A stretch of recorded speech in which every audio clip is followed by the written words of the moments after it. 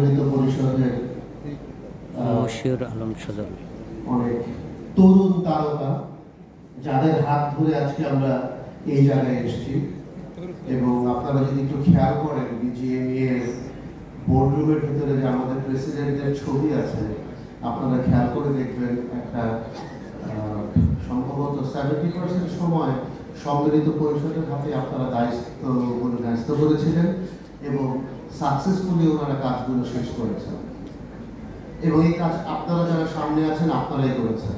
আপনাদেরকে অসংখ্য ধন্যবাদ, অসংখ্য কৃতজ্ঞতা আপনাদের কাছে। আপনারা এই দায়িত্বগুলো এই গুরু দায়িত্ব দেওয়ার জন্য আপনারা জানেন বিজিএমই এই নেতৃত্বের দায়িত্বগুলো একটা কন্টিনিউয়াস প্রসেস। এই কন্টিনিউয়াস প্রসেসে এখানে কাউকে প্রতিটা প্রেসিডেন্ট প্রতিটা বোর্ড অক্লান্ত পরিশ্রম করে কাজগুলো করেছেন। কিছুক্ষণ আগে আমার বন্ধু রাকিব আপনাদেরকে কিছু কথা বলে গেছে। এই কথাগুলো যেরকম সত্যি এবং যেভাবে করে আমরা কাজগুলো করে যাচ্ছিলাম আপনাদের দায়িত্ব দেওয়ার পরে আজকে এই $8 লক্ষ $45 বিলিয়ন এসে ঠেকেছে এবং এর দাবিদার আপনারা সবাই, আর নেতৃত্ব ওনারাই দিয়েছিলেন।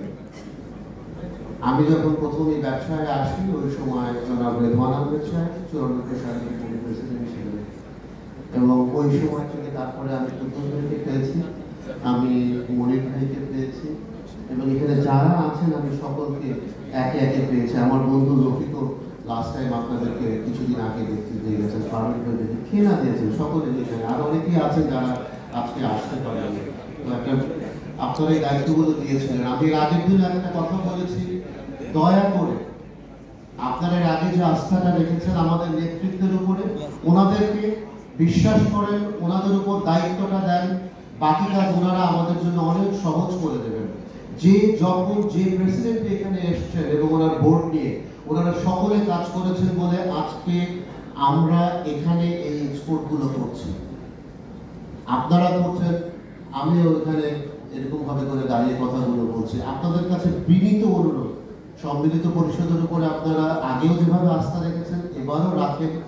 আজকে নতুন ভাবে করে এই কথাগুলো বলার পিছনে আস্থাটা রাখেন। এই আস্থা আপনাকে আমাকে আমাদের ব্যবসাগুলো চালিয়ে দেওয়ার জন্য অনেক গুরুত্বপূর্ণ ভূমিকা পালন করবে। লিটন ভাই অনেকগুলো গুরুত্বপূর্ণ কথা বলেছেন, এই কথাগুলো দয়া করে দেখবেন। নতুন সময় আমার আরেক বন্ধু এখানে আছেন যিনি আমাদেরকে টেক্সটাইল মিলের নেতৃত্ব দিচ্ছেন, এই বোর্ডের আছেন। আপনি এখন খেয়াল করেন, সবসময় আমরা বলি যে আমাদের কে আছে সে আছে, এই মানুষগুলো আছে এবং তারপরে অনেক কিছু মানুষ আমাদের রয়ে গেছে। তারপরে সরকারের সাথে নেগোশিয়েট করবার জন্য মনে হয় আমাদের আর নতুন করে কিচ্ছু দরকার হবে না। দয়া করে এটা একটু ভাববেন এবং এই জায়গাটাতে আবারও আপনারা একটু আস্থা রেখে সিলেক্ট করেন, যাকে সিলেক্ট করে দয়া করে সেই জায়গাটাতে আপনারা একত্রিত থেকে কাজ করেন। আমরা নিশ্চিত যে আমরা এখানে সাকসেসফুল হব। আপনাদের সকলকে ধন্যবাদ। আসসালামু আলাইকুম।